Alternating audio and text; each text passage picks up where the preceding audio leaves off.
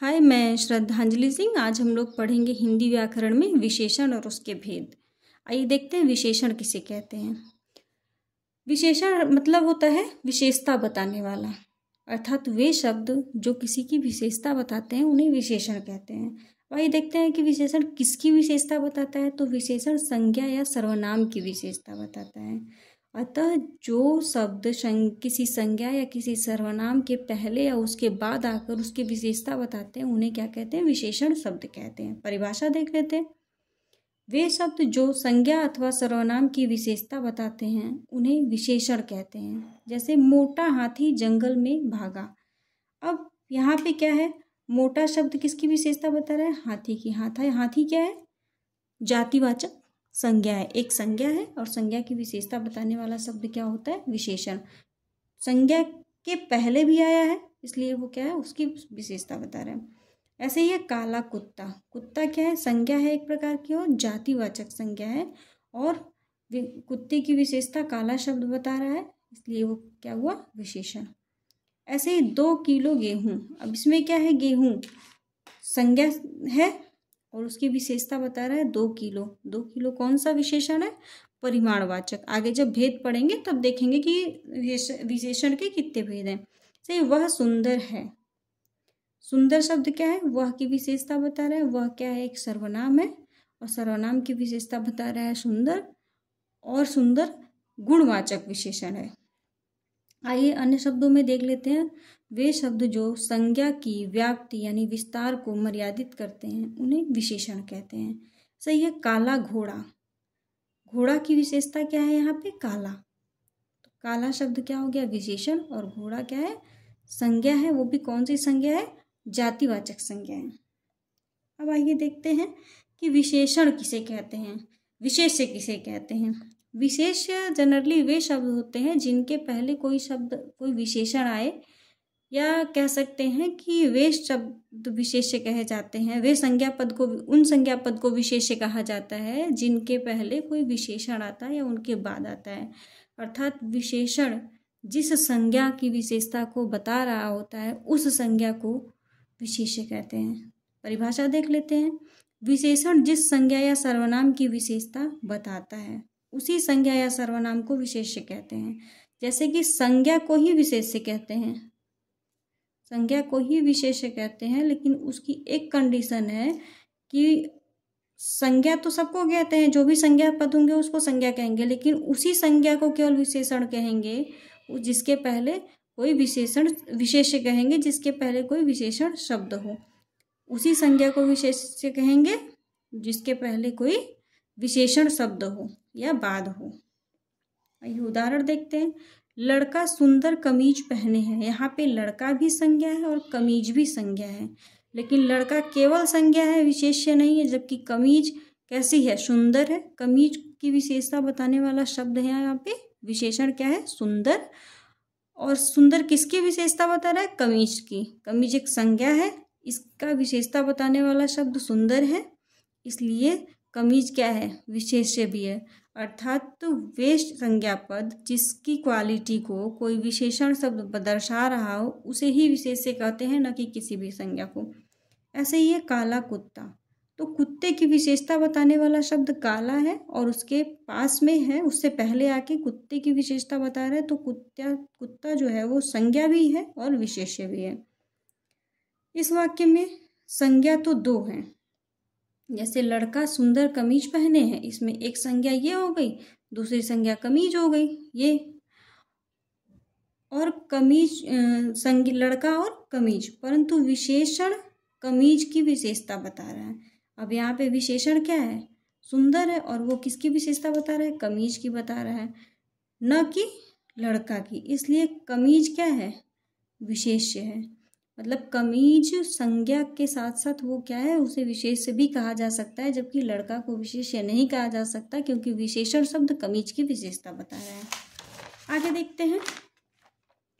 अर्थात विशेषण जिस संज्ञा की विशेषता बताता है वही विशेष्य होता है। से पेड़ की मोटी डाली पर 4 पक्षी बैठे हैं। अब यहाँ पे क्या है? पेड़ संज्ञा है, मोटी डाली, डाली क्या है? संज्ञा पद है, पर 4 पक्षी, यहाँ पे पक्षी भी संज्ञा है। जबकि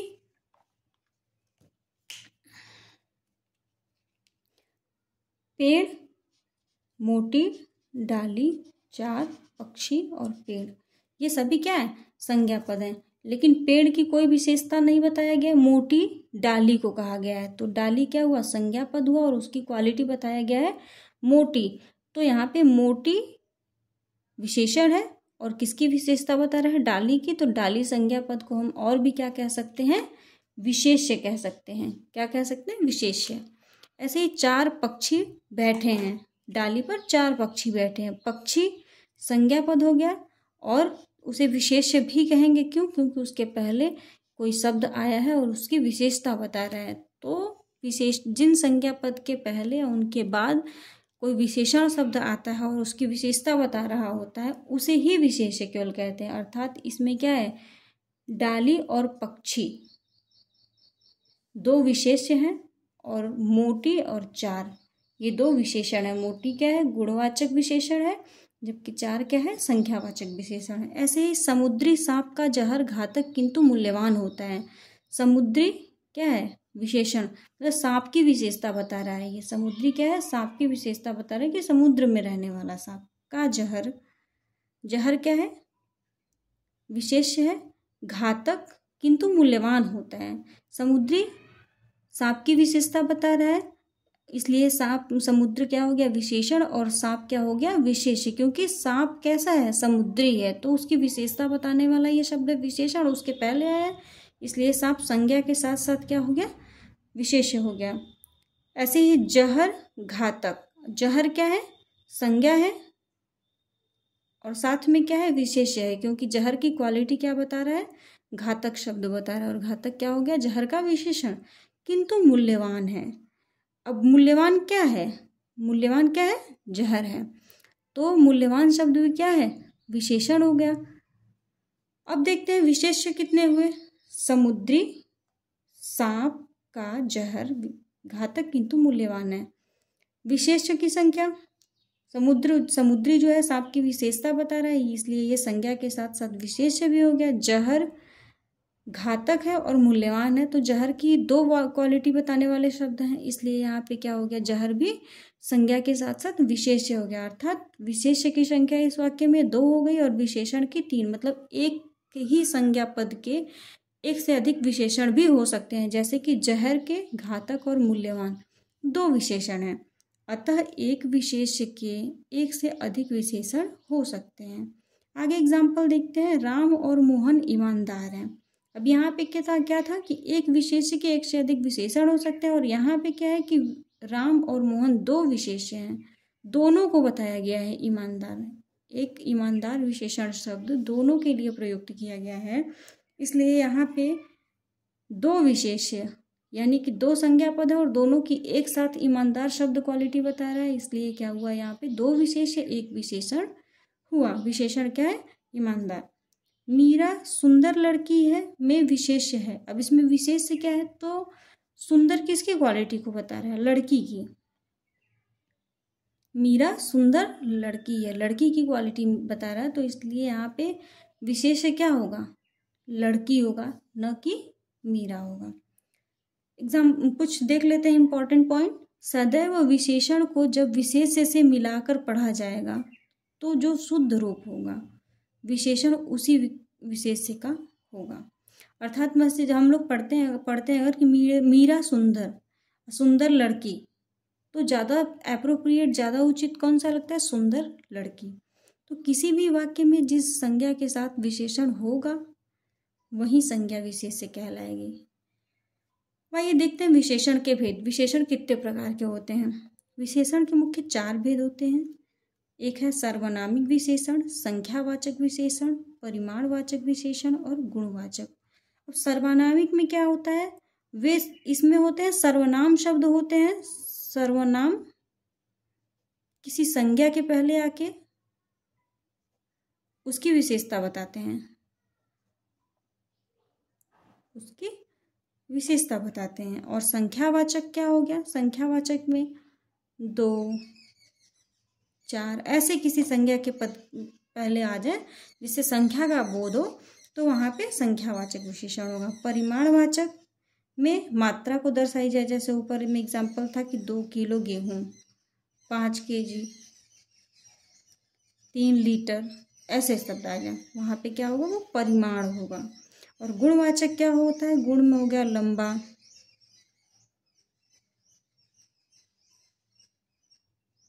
सुंदर, छोटा, ये सब क्या है, गुणवाचक विशेषण है।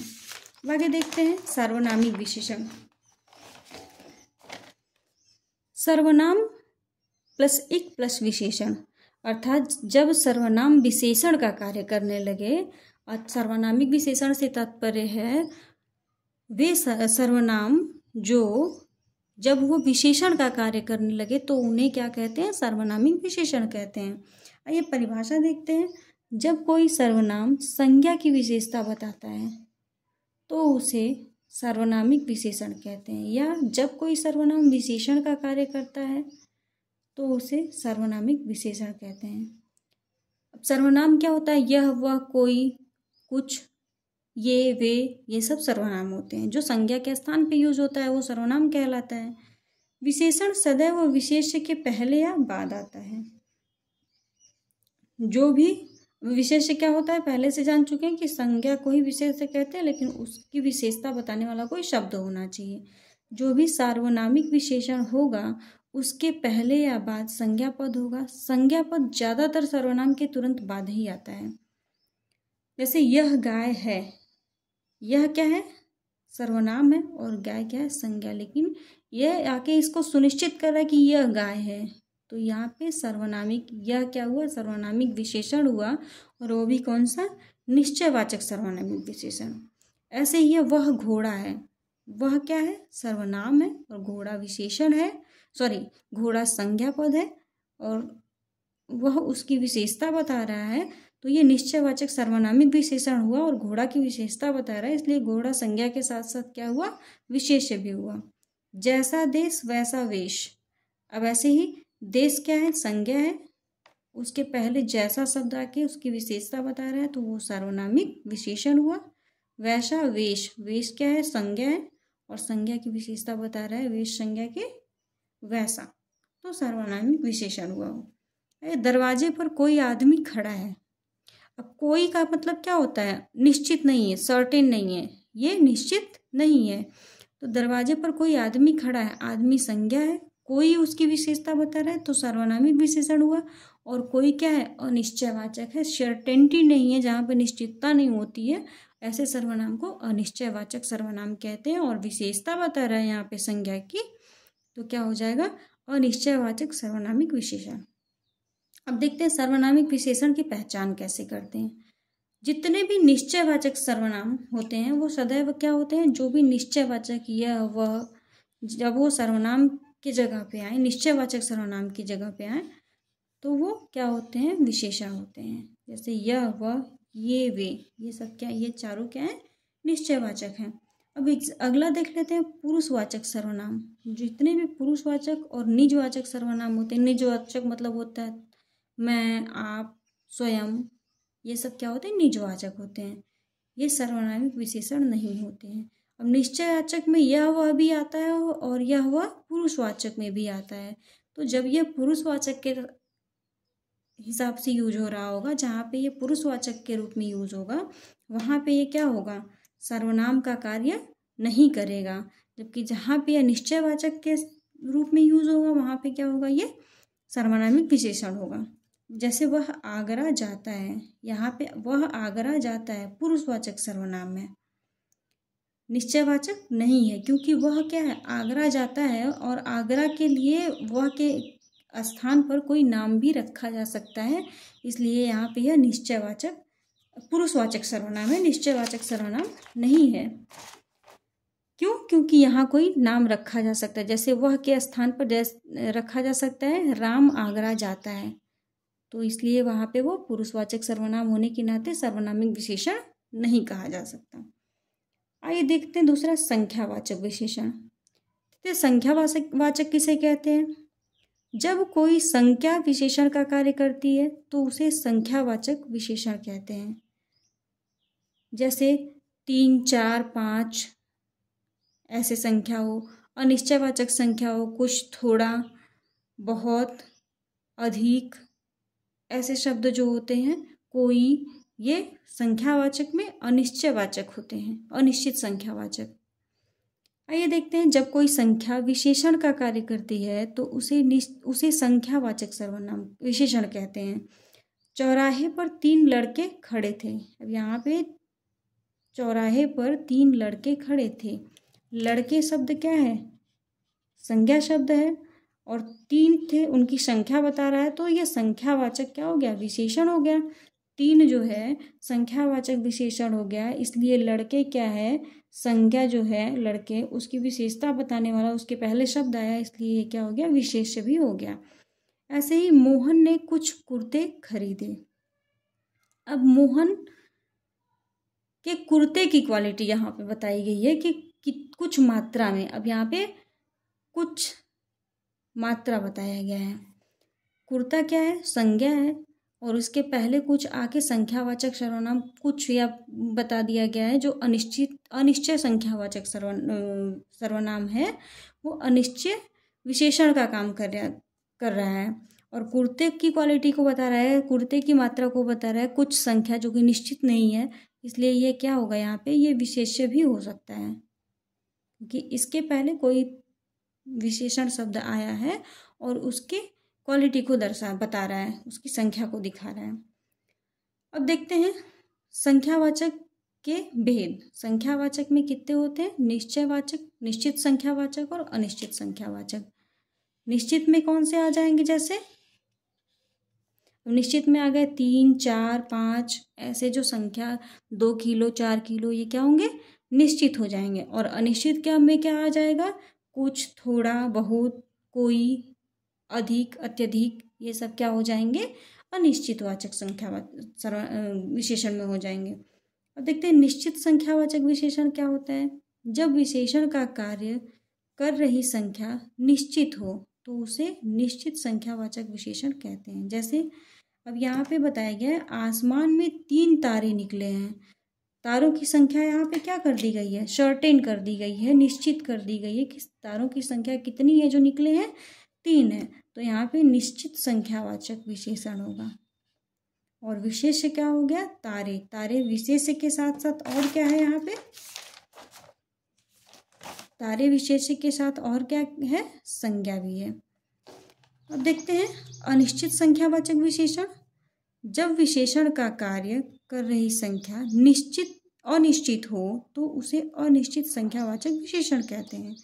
जैसे आकाश में कुछ तारे चमक रहे हैं। वहाँ पे क्या था कि 3 तारे, तारों की संख्या निश्चित थी, जबकि यहाँ पे कुछ बताया गया। कुछ क्या है? अनिश्चित है, मतलब संख्या इसकी सर्टेन नहीं है, अनिश्चित है, इसलिए अनिश्चित संख्यावाचक विशेषण। विशेषण क्यों है? क्योंकि तारों के पहले आके तारे की संख्या को बता रहा है जो कि सर्टेन नहीं है। तो तारे क्या हुआ? इसके पहले एक विशेषता शब्द आया है, इसलिए ये संज्ञा क्या होता है? विशेष्य के रूप में भी बदल जाती है। रेल में बहुत भीड़ थी। अब यहाँ पे रेल में भीड़ संज्ञा है, और उसकी संख्या उसकी क्वालिटी बता रहा है कि बहुत ज़्यादा। बहुत क्या है? विशेषण है। भीड़ शब्द की, भीड़ संज्ञा की विशेषता बता रहा है बहुत, लेकिन क्या है? निश्चित नहीं है। बहुत शब्द जो है अनिश्चित संख्यावाचक है, अनिश्चित संख्यावाचक विशेषण है। तो अभी बचे हुए और विशेषण हैं 3, जो हम कल आगे की लेक्चर में पढ़ेंगे। धन्यवाद। यहीं पे हम ख़त्म करते हैं क्लास को। अगर क्लास अच्छी लगे तो please like and subscribe the channel, और आगे फिर कल हिंदी पढ़ेंगे।